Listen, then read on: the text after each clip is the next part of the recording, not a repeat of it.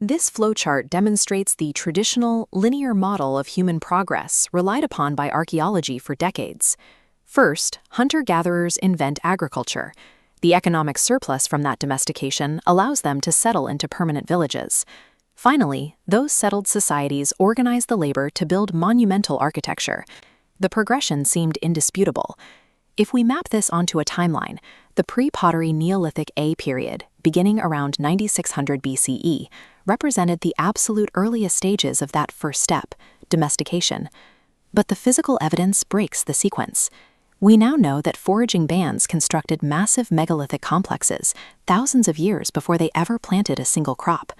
Excavations at Göbekli Tepe reveal a massive infrastructural reality, covering acres of bedrock, currently sheltered under a vast protective canopy.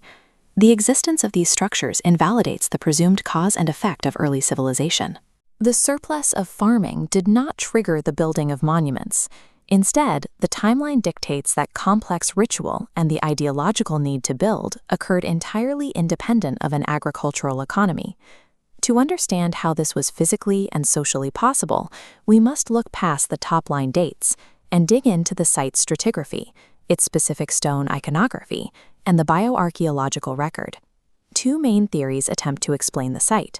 The first, developed by original excavator Klaus Schmidt, argues that the intense religious demands of building Göbekli Tepe actively triggered the invention of farming. The second framework, advanced by current director Lee Clare, views the site as a defensive reaction, hunter-gatherers clinging to their traditions in the face of encroaching agricultural lifeways. We will evaluate both of these competing models by looking directly at the raw evidence left behind by the builders. The result determines whether complex human civilization originated from spiritual motivation or as a response to ecological pressure. The primary excavation area features multiple circular enclosures. At the center of each sit two towering T-shaped limestone pillars reaching up to 5.5 meters tall. These monoliths serve a structural purpose, but they are also deliberate, heavily stylized representations of the human form.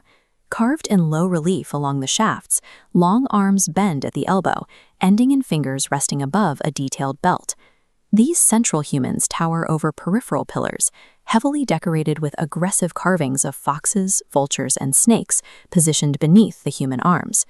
By rendering the human form as massive monoliths that physically dwarf the surrounding wildlife, the builders established a visual hierarchy.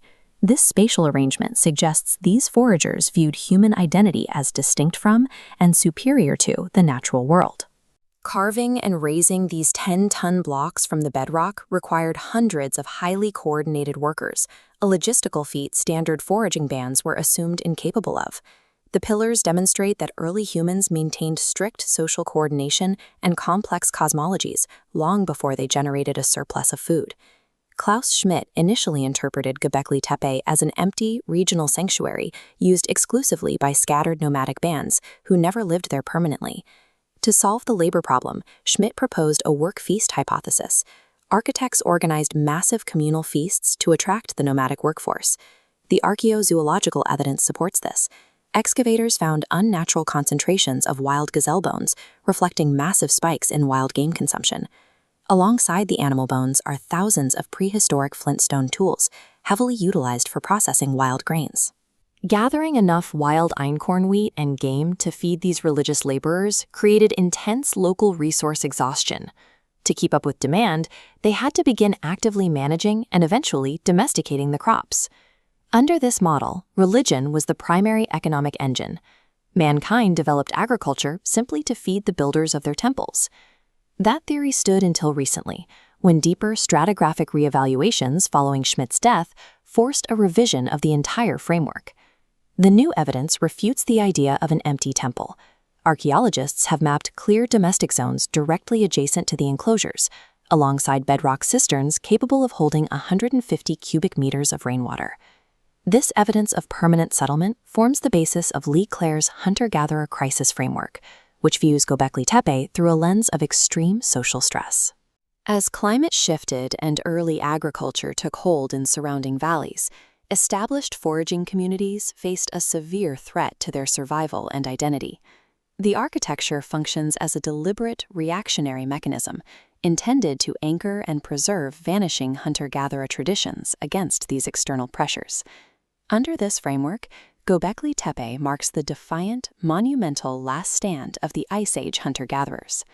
Both models require us to reject the long-held assumption that pre-agricultural foraging bands were strictly egalitarian and lacked class divisions.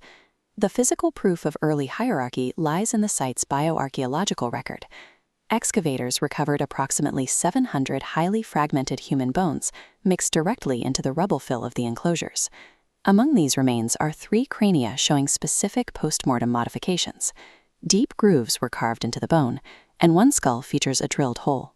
These align perfectly to secure a thick suspension cord, allowing the skull to be hung on display without slipping. Anthropologists define this as a status society. Charismatic leaders, whether shamans or storytellers, monopolized the site's ritual prestige, using these morbid displays to maintain authority and enforce social cohesion during a period of crisis.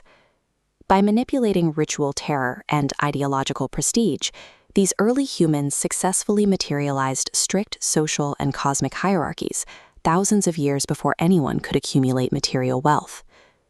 Regardless of whether the site was an engine pushing humanity toward agriculture or a reaction fighting against it, the surrounding world inevitably changed.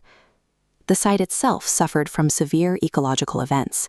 Massive slope slides repeatedly inundated the original enclosures with tons of sediment and rubble. As they rebuilt, the architecture evolved.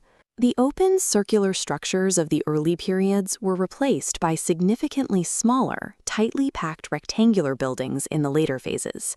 By 8000 BCE, monumental construction ceased entirely. The site was completely abandoned as fully sedentary agricultural societies took firm control of the region. The specific culture that built Göbekli Tepe collapsed, but the ideological groundwork they laid altered the trajectory of human organization. The data from the Taş Tepeler hills suggests the transition into the Neolithic era began as a psychocultural shift that preceded the economic transition to farming. The drive to codify cosmology, venerate ancestors, and master the environment materialized in stone before it materialized in the soil. Humans built monuments to their gods and ancestors first. The necessity of feeding the temple buildings came second.